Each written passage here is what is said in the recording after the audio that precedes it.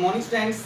तो 9th class की mathematics के अंदर हमने बहुपद के बारे में अध्ययन किया था कि बहुपद क्या होते हैं। तो बहुपद ज्ञात करने के लिए आपने चर अचर की परिभाषा देखी, बीजीय व्यंजक की परिभाषा देखी और साथ में बहुपद के लिए 3 शर्तें देखी।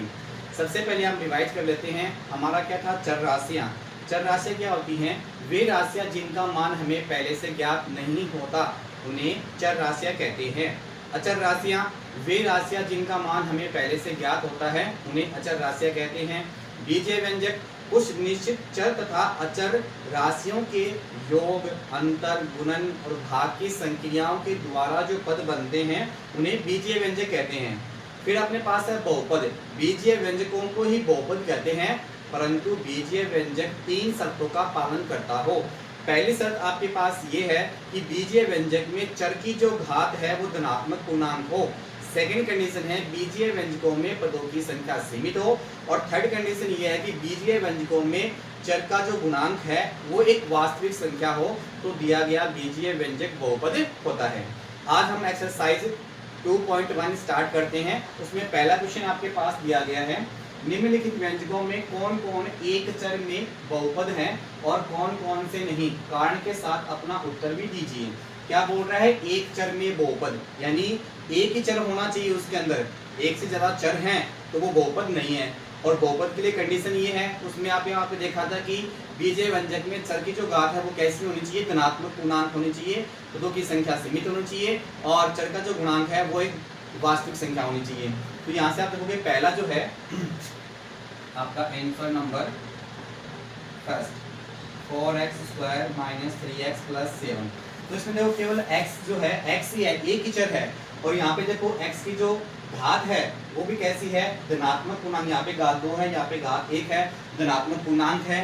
पहली कंडीशन लागू हो गई। पदों की संख्या कितनी है? 3, वो भी लागू हो गई। और चर का जो गुणांक है वो भी एक वास्तविक संख्या है, ये तीसरी कंडीशन भी लागू होती है। तो दिया गया जो बहुपद है वो क्या है? एक चर में बहुपद है।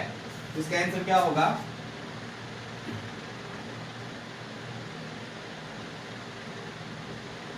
दिया गया व्यंजक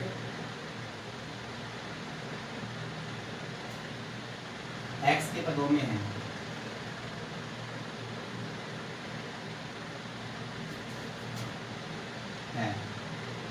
अर्थात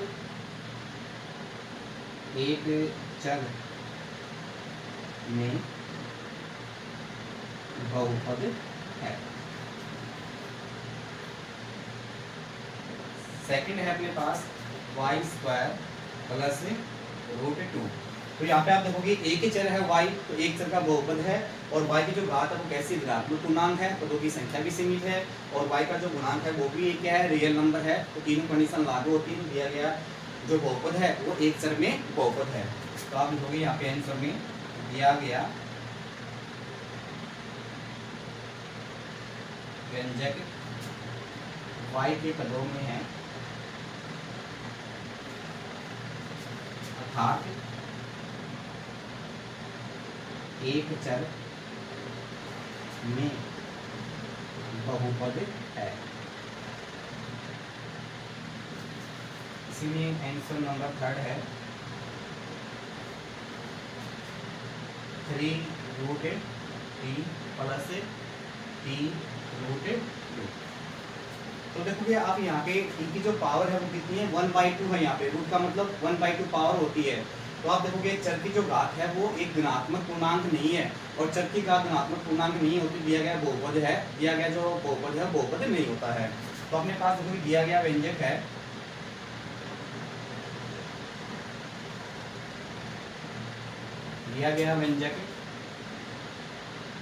एक चर में बहुपद नहीं है क्योंकि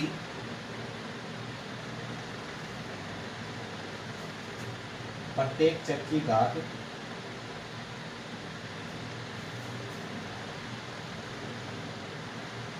एक धनात्मक पूर्णांक नहीं है। आंसर नंबर 4 है इसमें आप देखोगे यहाँ पे क्या है,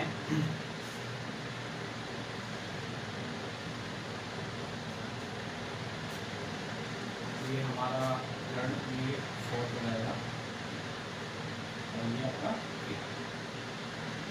देखिए इसमें 4 आपके पास y प्लस 2/y। यहाँ पे देखो y की जो घात है वो तो 1 है, परंतु यहाँ पे y की घात कितनी है, -1 है। और आपको यहाँ पे क्या चाहिए, धनात्मक पूर्णांक चाहिए, यानी 1 जो y होता है 1/y क्या लिखते हो, y की पावर -1 लिखते हो। तो ये हमारे पास जो है y की जो घात है वो क्या है, धनात्मक पूर्णांक नहीं है। तो आप लिखोगे यहाँ पे दिया गया व्यंजक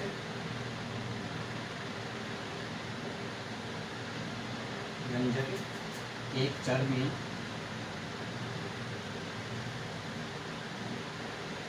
बहुपद नहीं है क्योंकि प्रत्येक चर की घात एक धनात्मक पूर्णांक नहीं है।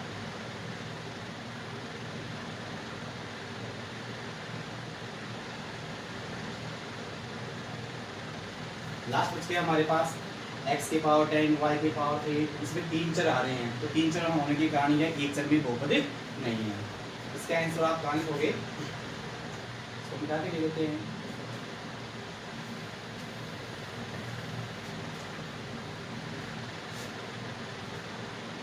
आंसर नंबर इसका था 5 x की पावर 10 प्लस y की पावर 3 और t की पावर 50।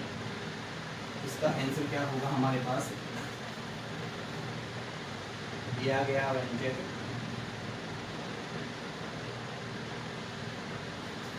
एक चर में बहुपद नहीं है क्योंकि इसमें 3 चर विद्यमान है। 3 चर कौन सा हो गया, x हो गया, y हो गया और t हो गया। तो एक चर नहीं है, इसमें 3 चर हो गए, तो इस अपने आप में एक चर में बहुपद नहीं है। इस प्रकार से आपने देखा कि दिए गए सवालों में आपने देखा कि एक चर बहुपद ज्ञात करने के लिए आपको ये देखना है उसमें केवल एक ही चर हो, चाहे वो x के रूप में हो चाहे y के रूप में हो, और साथ में बहुपद की जो 3 कंडीशन है उसका भी वो साथ में पालन करता हो, तो वो क्या होता है, एक चर में बहुपद होता है। क्वेश्चन नंबर 2 है नेक्स्ट।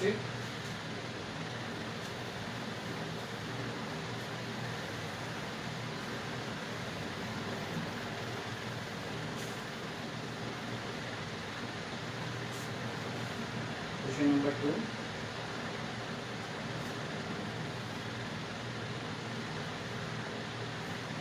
निम्नलिखित में से प्रत्येक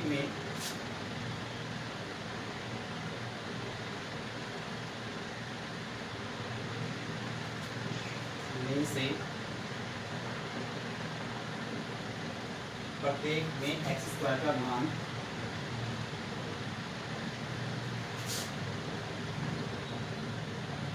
ज्ञात कीजिए, यानी आपने को x स्क्वायर का मान ज्ञात करना है।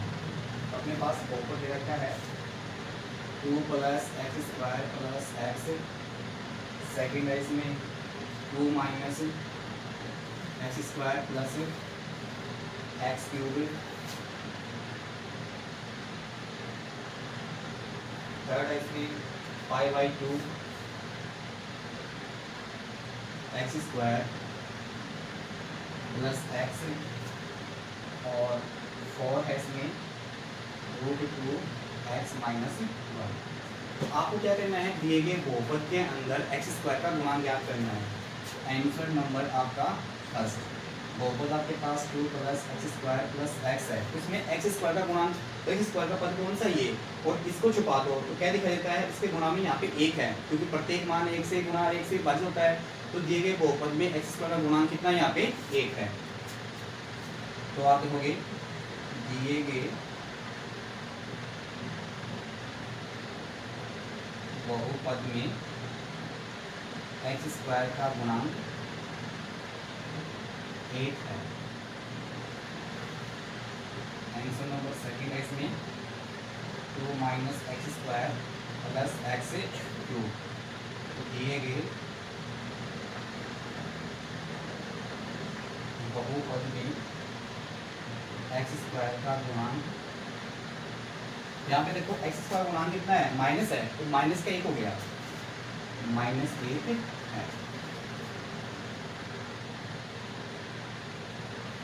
नेक्स्ट है 5/2 एक्स स्क्वायर प्लस एक्स, तो दिए गए बहुपद में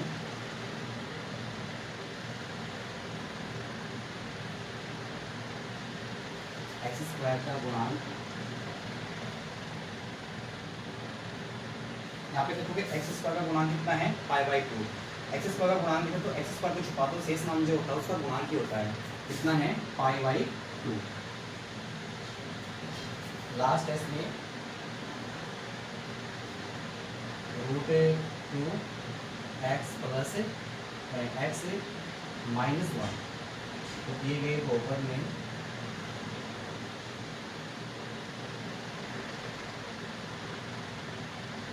एक्स स्क्वायर का गुणांक 0 है। यहाँ पे देखो एक्स स्क्वायर का कोई पद नहीं है, और जब एक्स स्क्वायर का पद नहीं होता है उसका गुणांक पूछा गया है तो वो कितना होता है, 0। तो इस प्रकार से आपने क्या है एक्स स्क्वायर का गुणांक देखना है, तो एक्स स्क्वायर के साथ में जो मान होता है उसका गुणांक होता है, तो यहाँ पे एक्स का गुणांक 1 है, यहाँ पे एक्स का गुणांक -1 है, यहाँ पे एक्स स्क्वायर का गुणांक 5/2 है, और यहाँ पे एक्स स्क्वायर का पद नहीं है, इसलिए उसका गुणांक कितना हो गया, 0। तो इस प्रकार से आपने एक्सरसाइज 2.1 में 2 क्वेश्चन कंप्लीट कर ली हैं, और सभी विद्यार्थी अपनी फेयर कॉपी में होमवर्क करेंगे और उसे व्हाट्सएप के माध्यम से चेक कराएंगे। अगर आपको किसी प्रकार की कोई भी समस्या होती है तो आप व्हाट्सएप या कॉल के माध्यम से उन समस्याओं को दूर कर सकते हैं।